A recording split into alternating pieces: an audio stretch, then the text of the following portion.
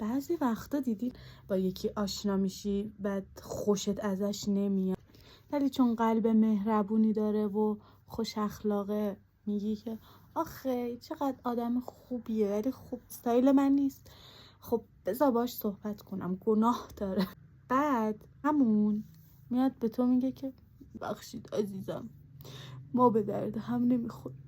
آخه یکی نیست بگه که من خب از اول از تو خوشم نمیومد، مگه من از تو خوشم میومد، اصلا چرا باید باش حرف میزدی که بیاد همچین چیزی به تو بگه؟ خلاصه که یا نباید اصلا توی این جهان هستی با کسی صحبت کنی، با کسی دوست شی، با کسی آشنا شی، یا هم باید از همون اول از کسی که خوشت میاد آشنا بشی. نباید کسی دلسوزی کنی، اصلا نباید برای کسی دلسوزی کنی، چون همون برات شاخ میشه.